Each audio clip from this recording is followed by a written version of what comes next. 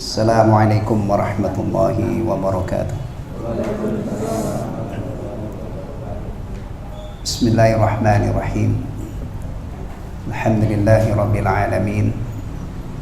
Wal aqibatu lil muttaqin. Wala udwana illa 'alal zalimin. Wa asyhadu an la ilaha illallah wahdahu la syarika lah. Wa asyhadu anna Muhammadan 'abduhu wa rasuluhu la nabiyya ba'dahu.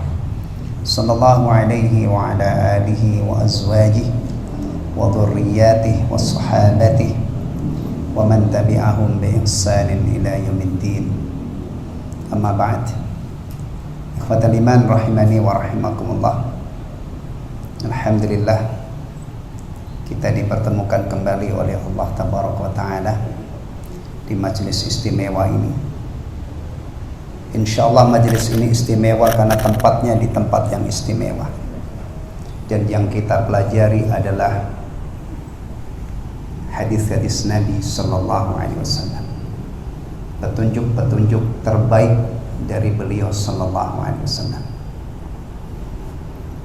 Kewajiban seorang muslim yang pertama dan yang utama terhadap Rasulullah Muhammad sallallahu alaihi wasallam adalah mengimani bahwa beliau adalah hamba Allah dan utusannya, diutus untuk segenap umat manusia dan jin, atau diutus untuk seluruh alam semesta sebagai Rasul yang terakhir.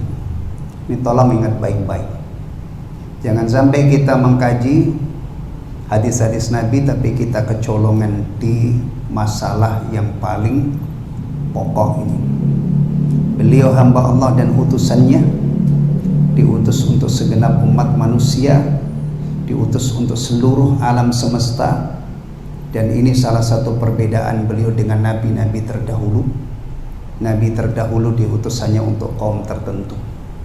Nah, kemudian sebagai Rasul yang terakhir.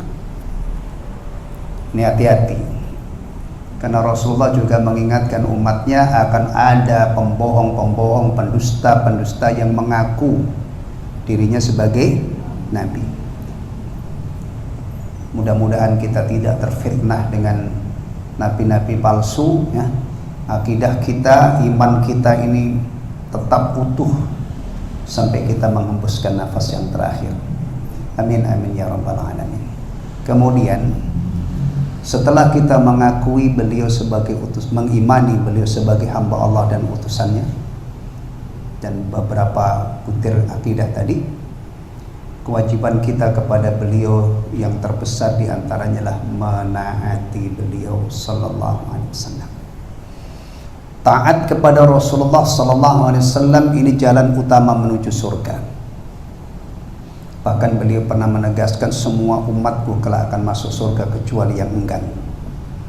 Para sahabat penasaran, masa ada orang enggan masuk surga sih?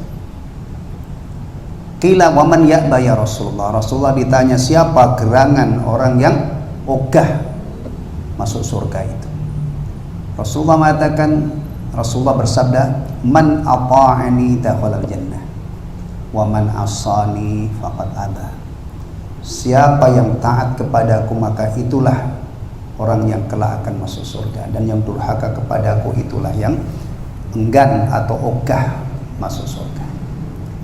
Kita mempelajari kitab Al-Adabul Mufrad ini khusus bab adab dan akhlak, ya. Ini kita pelajari dalam rangka menaati Rasulullah SAW.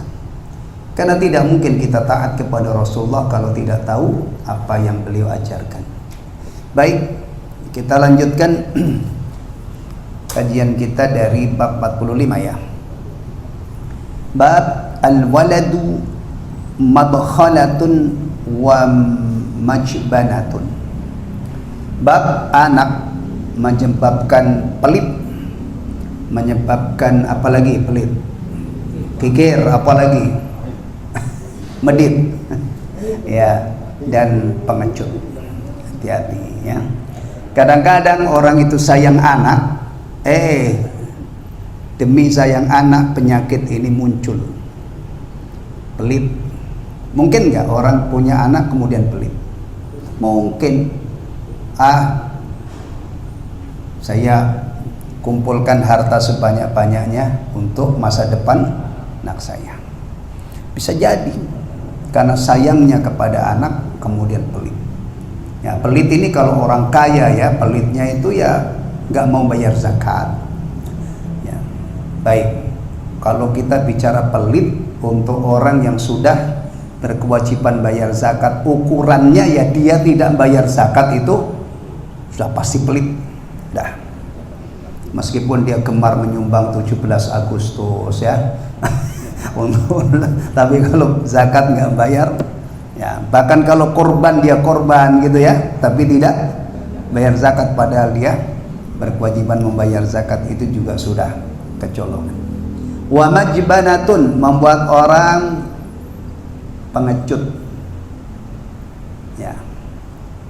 Kalau bakhil itu kaitannya dengan harta. Kalau juben ya, majbanah itu kaitannya dengan mengorbankan nyawa. Orang Islam itu kadang-kadang dituntut untuk berani bertaruh nyawa. Bahkan sahabat-sahabat Nabi itu dulu diuji dengan ibadah ini, diajak ke medan perang, ya kan? Kalau sahabat-sahabat Nabi itu orang yang jeban, orang-orang yang pengecut, maka tidak dicatat dalam sejarah ya. Sahabat-sahabat Nabi itu kalau diajak perang semangat banget. Bisa saja Nabi diperlakukan seperti Nabi Musa alaihissalam, sana berperang sana. Saya mau duduk-duduk di rumah sama keluarga saya. Tapi Nabi SAW tidak pernah diperlakukan.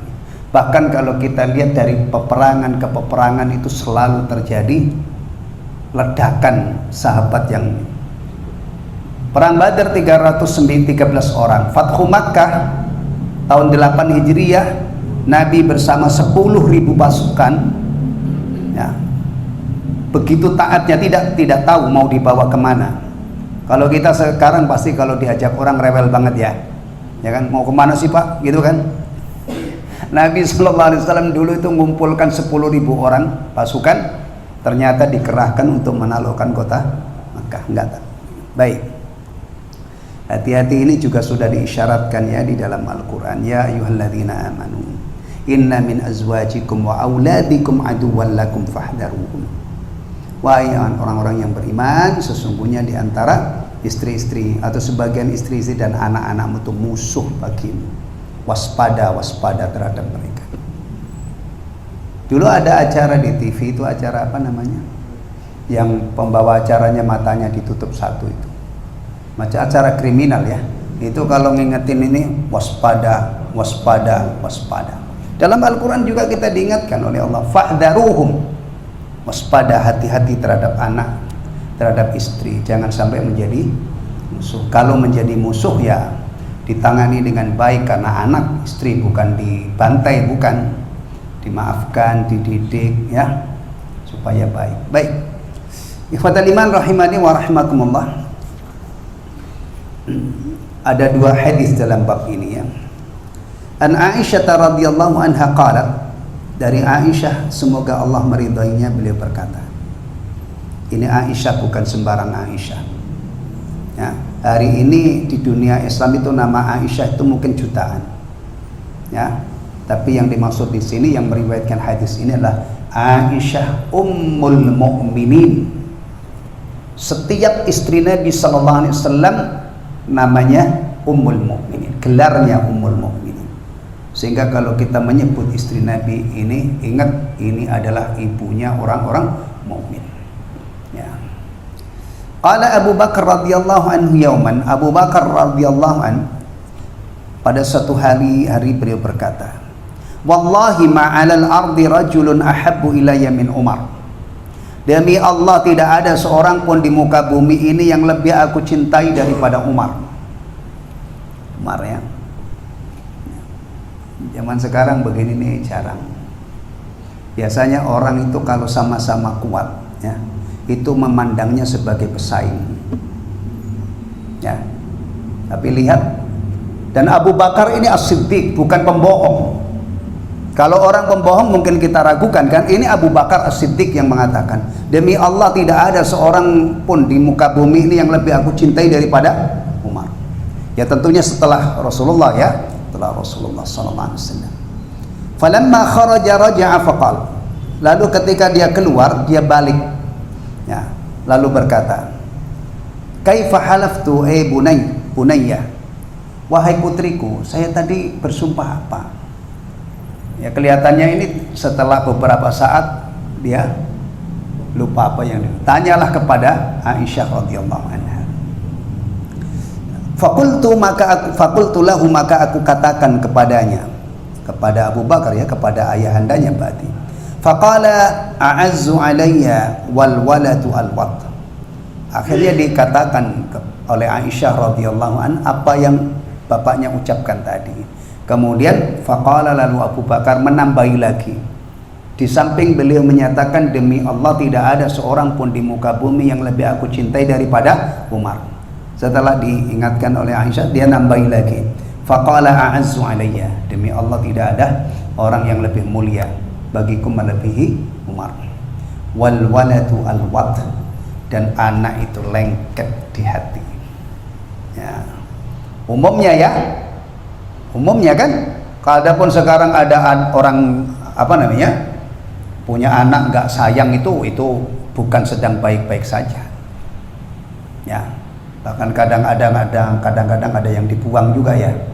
Iya, itu pasti bermasalah. Kalau normal itu masya Allah, anak itu ditunggu-tunggu kehadirannya, dan orang tua ya, anak itu melekat banget.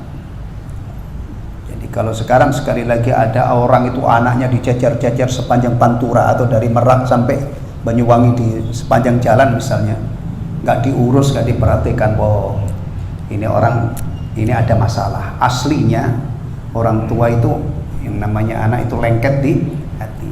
Maka tadi judulnya menyebabkan pelit dan pengecut. Tayyib. Fiqhul hadis. Kandungan hadis, innal walada thamratul fuad wa faldatul kabid, lianna thamrah ma tuntijuhu syajarah wal walad yuntijuhul ab. Anak itu adalah apa istilahnya? Buah hati ya. Buah hati, belahan jiwa. Kenapa dikatakan buah? Kalau kita bicara buah itu kan yang dihasilkan oleh pohon. Nah, anak ini dihasilkan oleh bapak. Jadi dari satu sisi ada kemiripannya dengan buah. Ada pohon dulu baru ada buah. Ada bapak dan ibu, insya Allah ada anak. Taib. Syiddatu hubbi Abi Bakar li Umar radhiyallahu anhuma. Kandungan yang kedua atau kesimpulan yang kedua, kecintaan Abu Bakar yang luar biasa terhadap Umar radhiyallahu anhu. Nah ini begini diteladani, jangan hanya dibaca, jangan hanya dikenang. Ya, sesama Muslim itu seharusnya itu saling mencintai. Apalagi kalau misalnya yang memang sahabat karib gitu ya. Kita itu kalau membaca kehidupan Rasulullah, jangan hanya dikenang, karena Rasulullah itu dihadirkan oleh Allah sebagai dan demikian juga hubungan kita dengan para sahabat, dengan orang-orang soleh, jangan hanya dikenang, tapi upayakan apa yang ada pada mereka itu kita teladani, sehingga hari ini tuh ada. Kalau cuman mengenang, duhai masya Allah, Rasulullah itu takwanya luar biasa, Rasulullah itu takutnya sama Allah luar biasa, Rasulullah itu nanti orang yang pertama kali masuk surga, Rasulullah yang diizinkan oleh Allah untuk memberi syafaat. Kalau cuman dikenang, ketika Allah mengkhabarkan wa innaka la'ala khuluqin azim, kaitannya dengan akhlak, sungguh engkau wahai Muhammad benar-benar berbudi pekerti yang luhur. Itu kita cari akhlak Rasulullah, kemudian kita teladani. Nah, jangan kita hafal ayat ini tapi nggak pernah ada semangat untuk meneladani beliau. Akhirnya umatnya ini nggak ada mirip-miripnya dengan beliau. Ya, sallallahu alaihi wasallam. Tayyib. Yang berikutnya,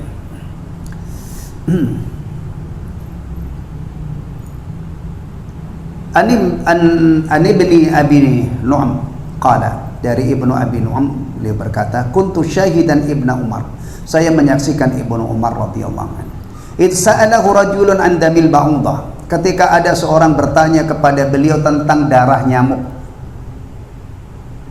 Darah nyamuk. Darah itu menjadi sesuatu yang penting untuk diilmui. Ya. Kalau orang di luar sana mah gak ada kaitannya dengan ini. Tapi orang Islam itu, hidupnya orang Islam itu harus punya ilmu tentang darah. Ya. Benar kan? Bahkan air yang dikaji oleh orang Islam itu tidak mungkin dikaji oleh orang kafir di luar Islam. Ilmu tentang air, paling-paling kalau orang bicara air di luar itu mungkin dari sisi higienisnya, air ini layak minum atau tidak. Kalau orang Islam bicara tentang air itu diilmui, air ini boleh nggak, sah nggak untuk wudhu, air ini sah nggak untuk mandi janabah, kaitannya dengan toharoh. Air kelapa diminum boleh nggak? Untuk wudhu? Nggak. Air kelapa itu suci, tidak mensucikan. Tapi kalau air sumur, air sungai, air laut, air hujan, alhamdulillah, itu bisa kita gunakan untuk taharah. Maka kalau ada orang Islam itu sudah nggak ngerti ilmu tentang air, nggak ngerti najis, bayangin kaitannya dengan ibadah yang disyaratkan taharah, yang disyaratkan suci dari. Sekarang ini misalnya ya, ada orang sholat maghrib, tapi maaf saja pakaian dalamnya itu kena air seni, dia kencing gak cebok misalnya. Masya Allah, sholat sih sholat, tapi dalam keadaan seperti itu, kecolongan dia, telat dia. Mestinya setiap muslim itu tahu kalau dia sholat itu pakaiannya dalam kondisi normal, ya, itu harus steril dari najis. Maka yang namanya orang Islam itu menjaga kesucian dari najis itu sudah harga mati. Iya, bayangin kalau ada orang Islam, beragama Islam, kencing di pinggir jalan atau di tempat lain, kemudian dia tidak istinja. Pertanyaannya itu nanti gimana kalau dia sholat? Atau memang jangan-jangan sudah tidak memperdulikan? Astagfirullahaladzim. Orang muslim kalau nggak sholat itu apa gitu loh. Ya. Dan begini banyak yang menganggap enteng kan? Iya. Tapi kalau di masjid masa ya orang ada ustadz mengatakan nggak sholat nggak apa-apa. Nggak mungkin lah kalau di luar sana dianggap nggak apa-apa, mungkin kita maklum karena tidak sempat mempelajarinya. Tapi kalau di masjid-masjid juga masih menganggap sepele, apalagi yang menyampaikan agama ini menganggap begini ini wajar-wajar saja, nggak mungkin dibenarkan. Ada tanya tentang darah nyamuk. Darah nyamuk itu kira-kira membatalkan sholat nggak? Najis nggak? Orang cuman sedikit. Emang ada darah nyamuk itu sampai darahnya netes-netes gitu? Nyamuknya segede apa? Ya kan? Taib. Faqala, lalu Ibnu Umar tanya kepada orang ini yang tanya tentang darah nyamuk ini. Mimman anta? Kamu dari mana? Faqala, lalu orang ini menjawab, min ahlil Iraq. Saya penduduk Irak. Ternyata Ibnu Umar ngamuk ketika ada orang tanya ini. Marah besar beliau. Unduru ila hada, katanya. Lihat nih orang ini. Lihat orang ini. Yas'aluni an damil ba'udah. Dia menanyakan kepadaku tentang hukum darah nyamuk.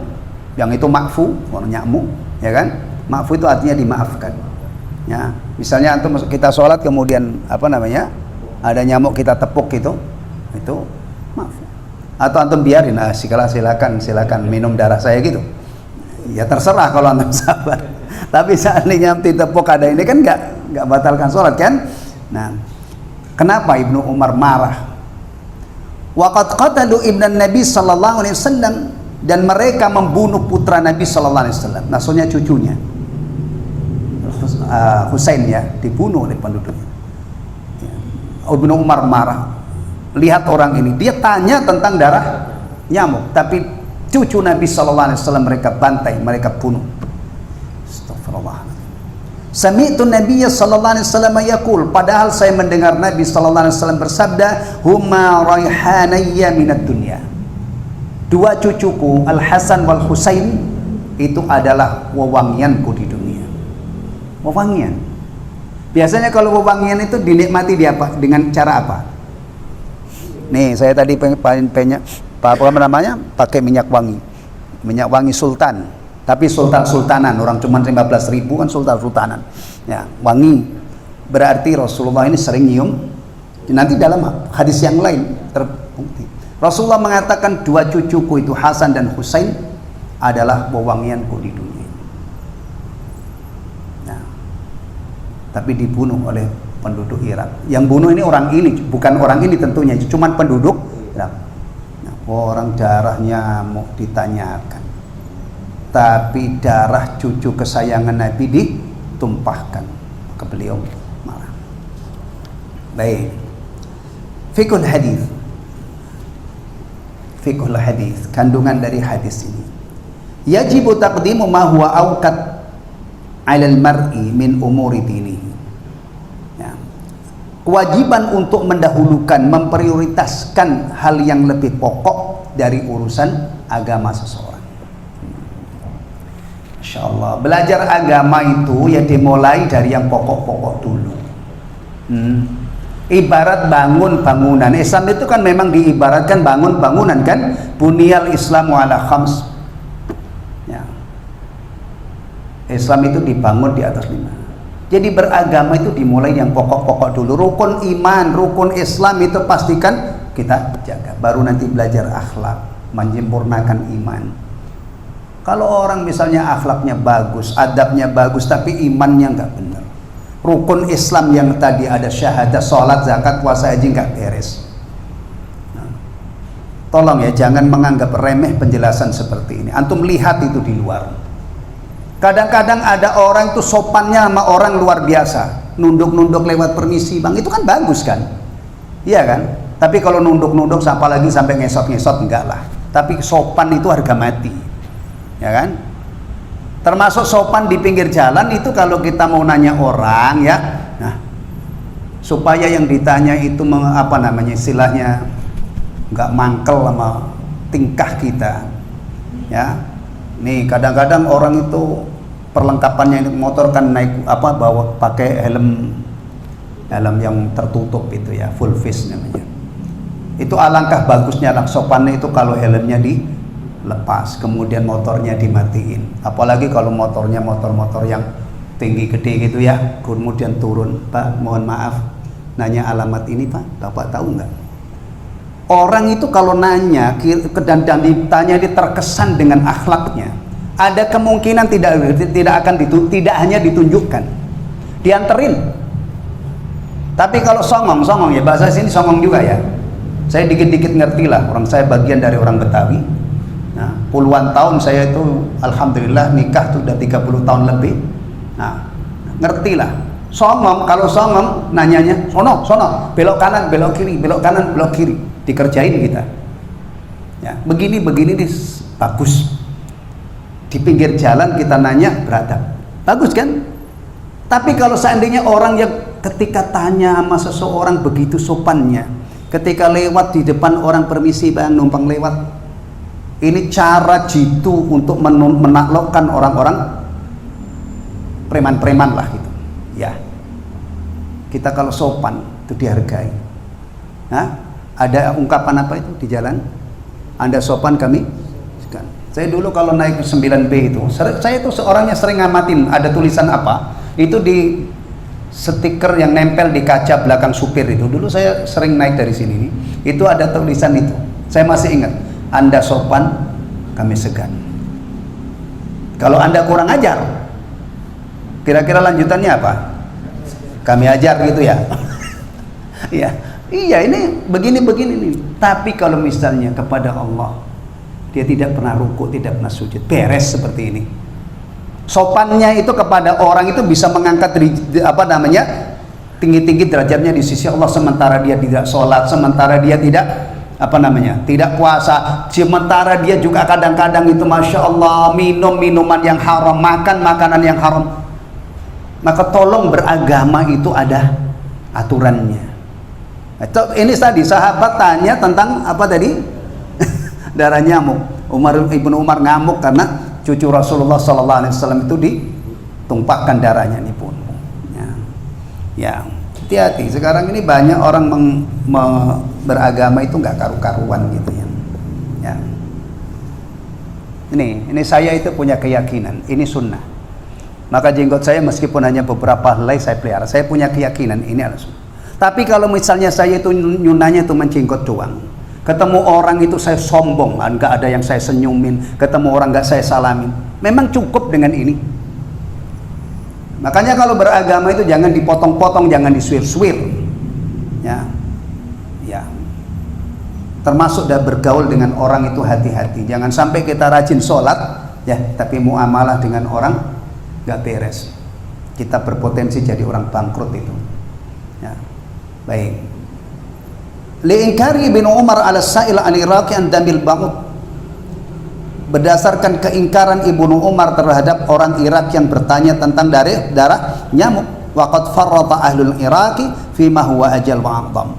Namun penduduk Irak itu telah meremehkan yang lebih agung dan lebih besar daripada darah nyamuk, yaitu darahnya siapa? Wa huwal Husain bin Ali alladhi qataluhu dhulman wa tughyanan, yaitu darahnya Husain bin Ali yang mereka bunuh karena zalim dan melampaui batas. Maksudnya pembunuhannya ini bukan dengan alasan yang benar, tapi karena kezaliman dan melampaui batas. Asani fihi ima'un ila jafa'i ahli Iraq wa ghalabatil jahli alaihim binisbati li ahli Hijaz. Hadis ini atau asar ini mengisyaratkan tentang sikap kasar dan kakunya penduduk Irak dan kejahilannya dibanding dengan ahlul Hijaz. Jadi penduduk Irak itu orangnya kasar, kaku dan bodoh, ya, bodoh. Asani takhsisul Husaini bidzikri li idhami qadrihi wa makanatihi minan Nabi sallallahu alaihi wasallam. Disebutkan Al-Husain secara khusus karena kedudukannya yang begitu tinggi bagi Nabi sallallahu alaihi wasallam. Bab berikutnya, babu hamlis sabi 'alal 'atiq. Menggendong atau menggendong anak, membawa anak di atik, di pundak.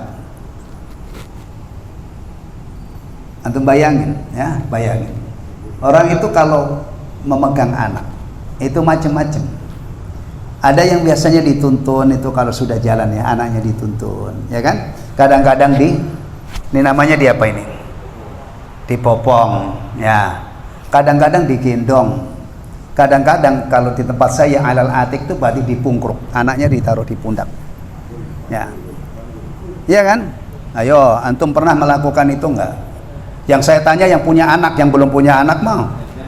Jangan-jangan antum punya anak itu enggak pernah, masya Allah, enggak pernah gendong, enggak pernah ini, enggak pernah nyapa, enggak pernah menyayangi.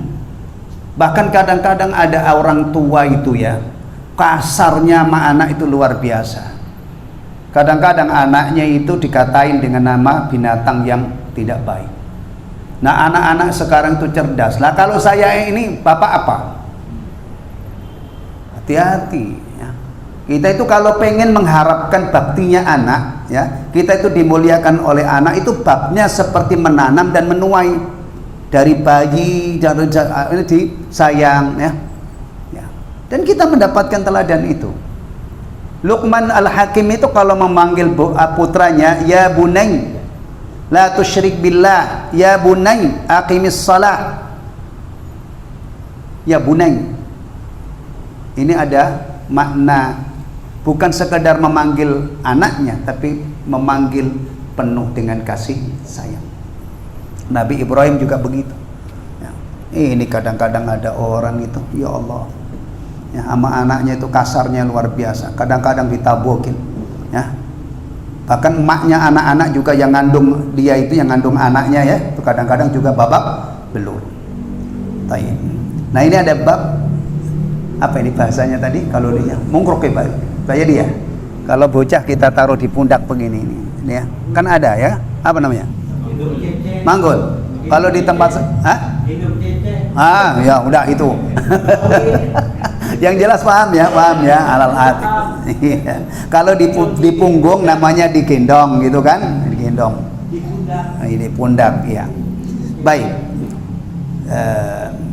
An Adi bin Thabit Qal, dari Adi bin Thabit beliau berkata, sami'tul Bara yaqul, saya mendengar Al-Bara mengatakan, ra'aitun Nabiyya sallallahu alaihi wasallam, saya melihat Nabi sallallahu alaihi wasallam, wal Hasan radhiyallahu anhu ala atiqih, ya, dan sedangkan Hasan semoga Allah meridainya berada di atas pundaknya. Wa huwa yaqul Allahumma inni uhibbuhu fa ahibbah. Ya Allah, sesungguhnya saya ini mencintai bocah ini, mencintai Husain, maka cintailah dia, cintailah dia. Ya. Jadi Nabi SAW menyebutkan bahwa beliau mencintai Husain dan berdoa kepada Allah semoga Husain itu dicintai oleh Allah Subhanahu Wa Taala, dan benar ijabah. Maka Hasan dan Husain itu adalah sayyidah pemuda di surga. Ya, kalau pamannya Nabi Hamzah ibnu Abdul Muttalib itu sayyidus syuhada, masya Allah, sayyidus syuhada. Ya, nggak tahu sekarang ini masih ada orang mengimpikan mati syahid apa enggak. Nah, iya, hati-hati kalau kita ikuti gemerlapnya dunia itu, kadang-kadang mati itu sudah nggak kepikir. Ya, iya, terfitnah dengan gemerlapnya dunia. Ya, ya, hati-hati ya. Bekasi itu sekarang tempat tinggal kita ini sudah metropolitan. Jakarta itu sudah naik namanya apa? Megapolitan ya. Bahkan ada, nggak tahu ini apa pendapat seseorang atau memang sudah diakui, Bekasi ini sudah menggeser Surabaya. Dulu itu kalau kita menyebut Jakarta itu kota nomor 1 kan, Surabaya, kemudian mana? Medan. Sekarang itu Bekasi katanya sudah menggeser Surabaya. Dan pesat ya. Iya, sebentar lagi saya baca beritanya itu, Pakuan itu bulan November sudah buka, itu mall elit itu Pakuan itu. Antum kalau di sini tinggal naik apa? 25 ini ya, dari sini ya. 3.000 4.000, atau kalau malas naik itu karena di situ macet, jalan kaki. Masya Allah, warga sini nanti akan hadir mall mewah. Bisa jadi ya, begini-begini nih kalau orang nggak kuat-kuat iman gitu kan, mondar-mandir muter-muter di mall, nggak beli, nggak belanja, cuman lihat sepatu bagus, lihat tas bagus, cuma sampai lupa sholat, bisa jadi. Nah, tapi saya melihat fenomena yang luar biasa di Sumarekon mana? Sana ya nunjuknya. Sana ya, di mall itu. Tapi sekarang agak sepi. Dulu waktu rame-ramenya itu, masya Allah, saya melihat sesuatu pemandangan yang menggembirakan. Itu kalau sholat maghrib penuh, bahkan kalau di Sumarekon tuh ngantri. Mudah-mudahan nanti orang-orang itu kalau ke mall itu juga nggak lupa sholat gitu, karena dia ingat mati. Ya, orang-orang yang rajin sholat itu berawal dari ingat mati, dan dia pengen bahagia, pengen selamat dunia, barzah dan akhirat. Makanya kalau orang itu sudah nggak ingat alam barzah, nggak ingat mati, nggak ingat akhirat, disuruh sholat, nggak minat. Ya, nggak minat. Hati-hati dengan dunia yang fana ini. Ya, dunia itu memang kata Rasulullah sifatnya apa? Hulwatun khadirah. Dunia itu kalau dilihat sekilas hulwatun khadirah, bagaimana nggak menipu, bagaimana nggak memesona, manis, hijau. Kalau bahasanya pengen diseru, hijau royo-royo. Ya. Allah menempatkan kita di dunia ini, Allah ingin melihat bagaimana tingkah pola kita. Kita ingat nggak ibadah kepada Allah? Kalau ingat, mudah-mudahan doa kita, Rabbana atina fid dunya hasanah wa fil akhirati hasanah wa qina adzabannar, diijabah oleh Allah. Ya, tapi kalau kita menikmati dunia sampai lupa ibadah, aduh, naudzubillah min dzalik. Masa depannya cerah apa buram itu? Bukan tinggal buram lagi, gelap. Naudzubillah min dzalik. Ya. Baik.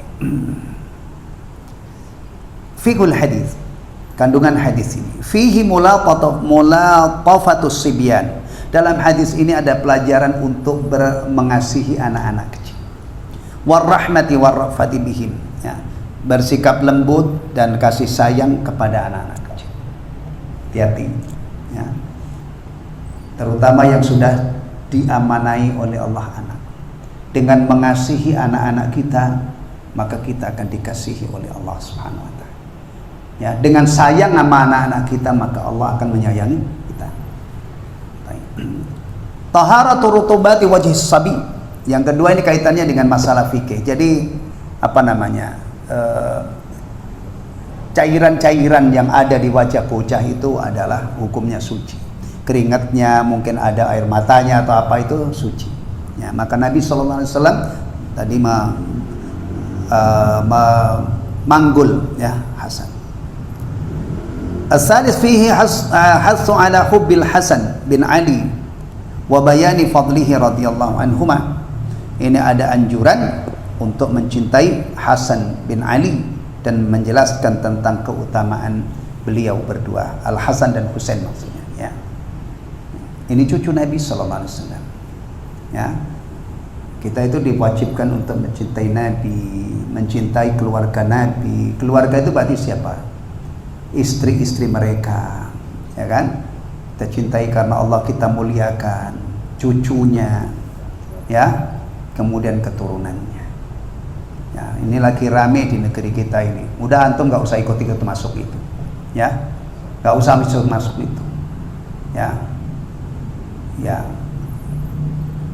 ya. Kalau benar-benar keturunan ya udah, kalau itu memang setiap hari kita juga sudah mendoakan itu. Ketika bersolawat misalnya, ya kan, itu kan sampai kepada keluarganya. Dan Allah yang maha tahu mana keluarganya yang benar, mana keluarganya yang abal-abal. Maka saya tidak tertarik ini membahas begini, karena begini ini nanti timbul gaduh. Padahal saya maunya itu tenang, ya. Ya, yang benar-benar keluarga Nabi ya memang, apalagi keluarga Nabi kemudian dia bertakwa taat, ya, keluarga Nabi dan mengajarkan apa yang diajarkan oleh Nabi, masya Allah, itu haknya untuk kita muliakan, kita hormati lebih daripada yang lain. Ya, ya, baik. Kalau Hasan ini kan maksudnya dekat banget. Hasan, Nabi, Fatimah radhiyallahu anha, Ali, kemudian lahirlah Hasan dan Husain radhiyallahu anhuma. Nah, kalau yang sekarang ini kan jauh banget gitu kan. Nah, jauh banget dari Nabi itu sudah berapa ini? Kalau memang benar keluarga Nabi, kemudian apa namanya? Mereka ini orang-orang yang bertakwa, kita berkewajiban untuk memuliakan lebih daripada orang biasa. Kalau masalah akhirat gimana? Di kitab ini juga dulu sudah kita pelajari, Nabi ketika mendapatkan ayat atau sudah menerima ayat wa anzir ashiratakal aqrabin, berikanlah, sampaikanlah peringatan kepada keluarga, kerabat-kerabatmu terdekat. Itu disapa dari yang paling jauh adalah ya Bani Adi. Adi ya yang pertama, ya Nabi, anqidu anfusakum minan nar, selamatkan dirimu dari api neraka. Baik. Kemudian yang berikutnya yang lebih dekat sedikit, ya Bani Abdi Manaf, anqidu anfusakum minan nar, selamatkan dirimu dari neraka. Terus berikutnya lebih dekat lagi, ya Bani Abdi Manaf, Abdul Muttalib, bagi keturunan Abdul Muttalib, selamatkan diri kalian dari neraka. Cara menyelamatkannya gimana? Terima dakwah Nabi waktu itu, tauhid yang pokok, kemudian tunaikan kewajiban-kewajiban yang Allah wajibkan dan jauhi larangan-larangan. Atau secara umum masuk Islamlah kalian, beragama Islamlah kalian. Ya, itu yang utama. Terus yang paling lebih dekat lagi ya Bani Hashim. Bani Hashim ya, udah lebih dekat lagi. Anqidu anfusakum minan nar. Terakhir Fatimah ini, kalau kita ketemu Husain di sini tadi radhiyallahu an, pasti kalau kita sudah ketemu Husain bin Ali di sini pasti Fatimah Az-Zahra radhiyallahu anha.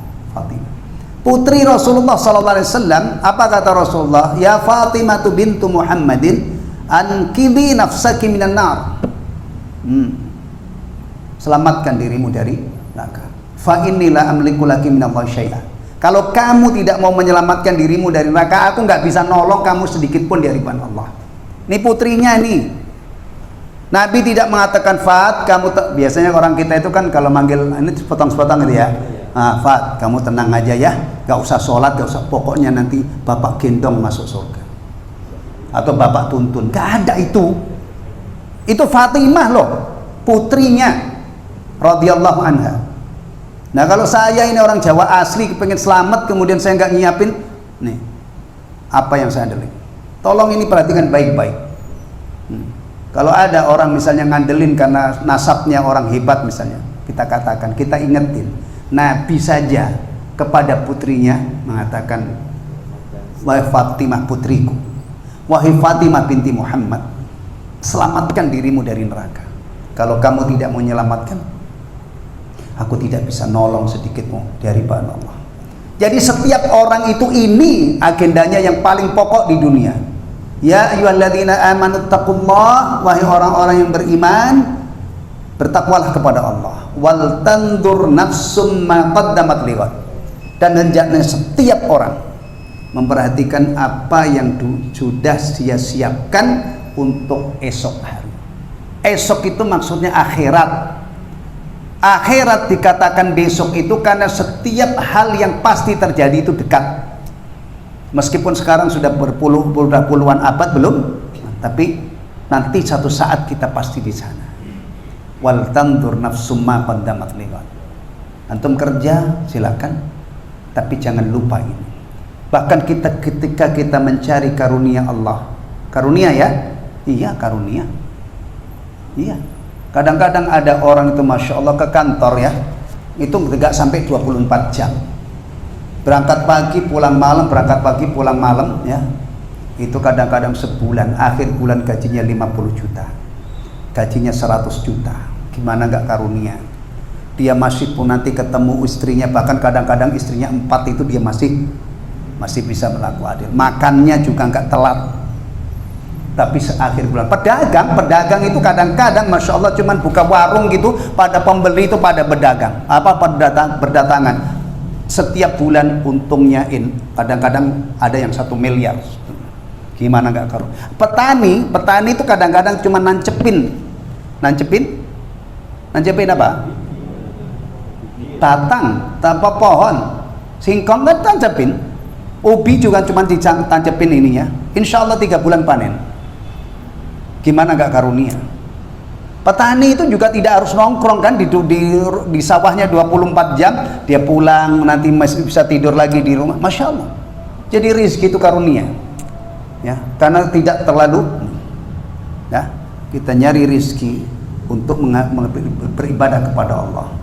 Nanti kalau sudah dapat untuk nafkahi keluarga, masya Allah itu tabungan akhirat luar biasa. Berbahagialah yang punya gaji pas-pasan misalnya untuk menafkahi keluarga, itu investasi akhirat yang luar biasa.